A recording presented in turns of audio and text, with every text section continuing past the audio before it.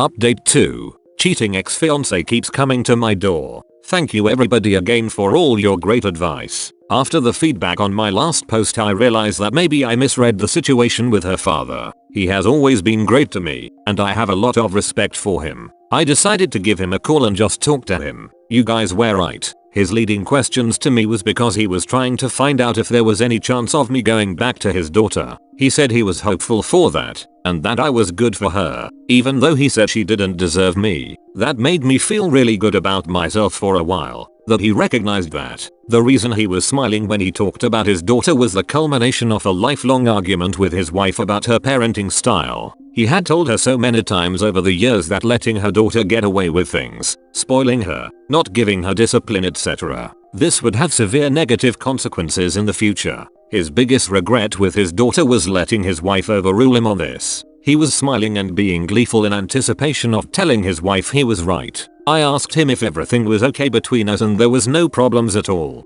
but he jokingly said maybe it was time for him to get a divorce. Apparently the confrontation between him and his wife and daughter didn't go that well after meeting me, but this time he told me he wasn't going to back down. This seemed to be a fight that had been a long time coming for him. As for Kay, he has been great, as he always is. He has been supporting me and encouraging me all along. Now that I am out of it, I realize how right he was that one day I would be proud of what I had done. I stood up for myself, something I usually never do, and I feel awesome from it. 100% will do again in the future when necessary. My ex showed up again at my door, and I actually talked to her this time. She begged me to let her in so we could talk, but I wasn't going to talk to her on her terms. If I was going to talk to her it would be on my terms. I told her okay, but I had some things to do and that I would meet her at a local park in half an hour. I didn't want her inside in my mess. And as some of you pointed out, maybe she could make some accusations or something if I met her alone.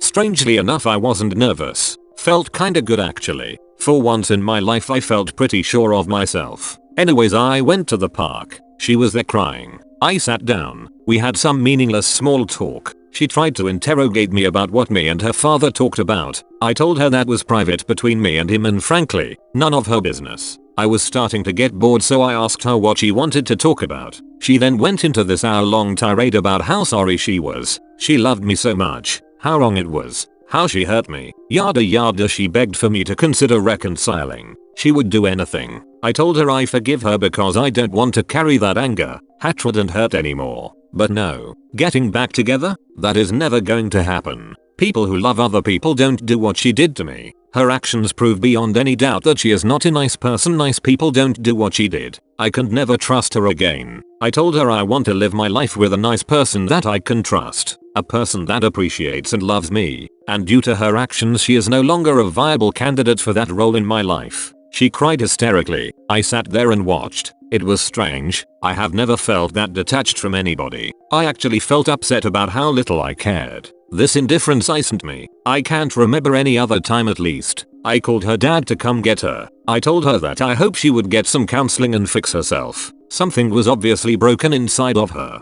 I tried to encourage her that she would get through this, but she didn't really want to hear any of that. Her dad came. I explained the situation to him. I told her I wish her all the best and good luck. Then I got an Uber, went to the local animal shelter and adopted a kitten. I named the kitten Shiny. Kay joked that he was blinded by my new shiny spine. So kitten's name is Shiny to always remind me to stand up for myself. I am happy I managed to take the high road and just be honest with her without yelling or calling her names. I've been playing with my amazing kitten, having a lot of fun, and Kay is coming over later to play some video games and swing down some beers. I am sad about my ex. I feel sorry for her. I will miss the good times we had, but I'm also relieved that I am done with this now. I received some hard, uncomfortable truths from some of you, but it was what I needed to hear. Thank you Reddit, you helped me to finally stand up for myself and deal with this. And now for some closing comments before the next story. Congrats for standing up for yourself. You'll find better. Yes, I will. Kay is apparently trying to get us double dates. Congratulations man, I wish you all the best in your life. I hope that you found a beautiful loyal woman that give all the love and happiness that you deserve. Stay safe and good luck man. I hope so too.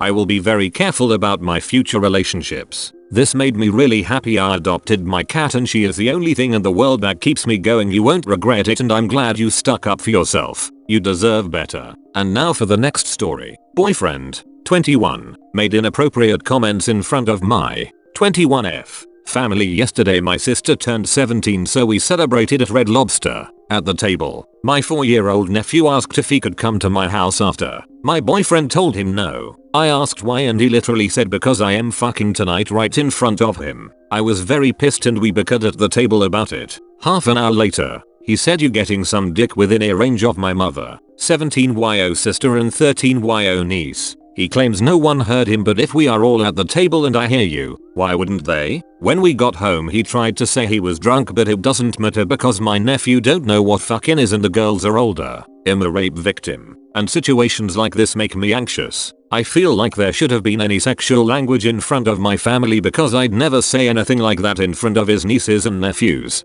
babies or not. How should I explain myself? Every time we talk about it I get so angry and start yelling. TL. Doctor, my boyfriend, 21M, said sexual things to me, 21F, in front of my family and I'm not sure how to process that. I feel disrespected. And now for some top comments before the final story. Hopefully he did not fuck that night. You should feel disrespected, because he disrespected you and he acted way out of line. I get that in your opinion 5 years is a long time and a respectable amount in a long-term relationship, but if you two got together at 15, times change, people change, and sometimes they don't. What's considered okay and fun at 15, 16, or even 18 is not the same at 21, 22, 25, and at the same time what's considered respectful signs of maturity should change during adulthood. Proceed with caution. Use this as an amber flag if you will, and please assess his behavior in private in the way he acts with you, your wishes and boundaries. Doesn't seem like he respects you or your family. This is the first time this has happened in 5 years and I am very shocked and angry. These are all ultimately irrelevant. When the mask slips, trust what they show you. What he did this time is what he's been hiding every other time. WTF if he knows that he becomes a shithead when drunk. Why did he drink on a family occasion in the first place? I hope you didn't get some dick that night. Definitely did not. Thank you. And now for the final story. My friends say I'm lying by telling people I'm a virgin because I was raped. Hey guys, I'm not really active on Reddit, but I've been so conflicted all day that I just decided internet strangers' opinions might give me more insight on what is going on and what I should do. Basically, I am a 21F who was sexually assaulted when I was a minor not too many years ago. Unfortunately the guy got away with it. It was my first time then since I had been saving it for marriage. After therapy and such I managed to become pretty comfortable with myself and it doesn't affect me on the daily. Usually whenever people ask I say I'm a virgin. Obviously not everyone is aware of what happened. I never really thought it was a bad thing. I don't consider the assault my first time having intercourse. I consider it a literal assault. My friends on the other hand, found it pretty rude and misguiding that I say this. They confronted me yesterday and told me that I was lying to people and potential boyfriends by making them think I am actually a virgin. I'm starting to feel bad about it because what they said is true.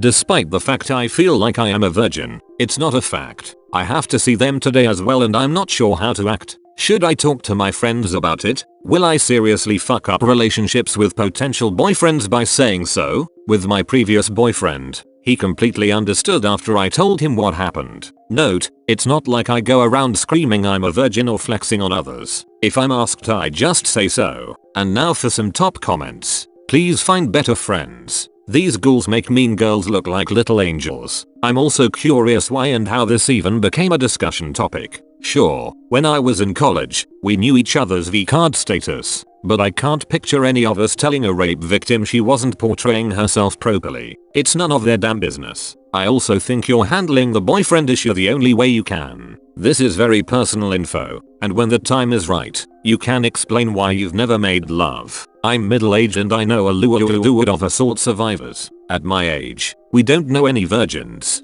But on giggly wine nights we might talk about our number. I don't know a single survivor who puts a rapist on that list. I was a gay boy that was sexually molested by my big brother a couple of times a week from just a few days after I turned 11 till I was past the age of 16. I was raped a few hundred times. I was beaten and forced to do things I did not want to do. The first time I was with a guy that I wanted to be with. He was very gentle and understanding with me. He made the experience very good for me. After he asked if it was my first time, I just said sort of, I think so. He asked what I meant by that. I told him about my big brother molesting and raping me. He cried when I told him what my brother did to me. He held me close and told me it was my first time. You are a virgin to voluntary sex with someone you care about or love. There is nothing wrong with saying you're a virgin if you want it. Your friends are wrong for treating you that way. Virginity is something that is overvalued by many people. A man that is too concerned with you being a virgin is not actually good enough for you.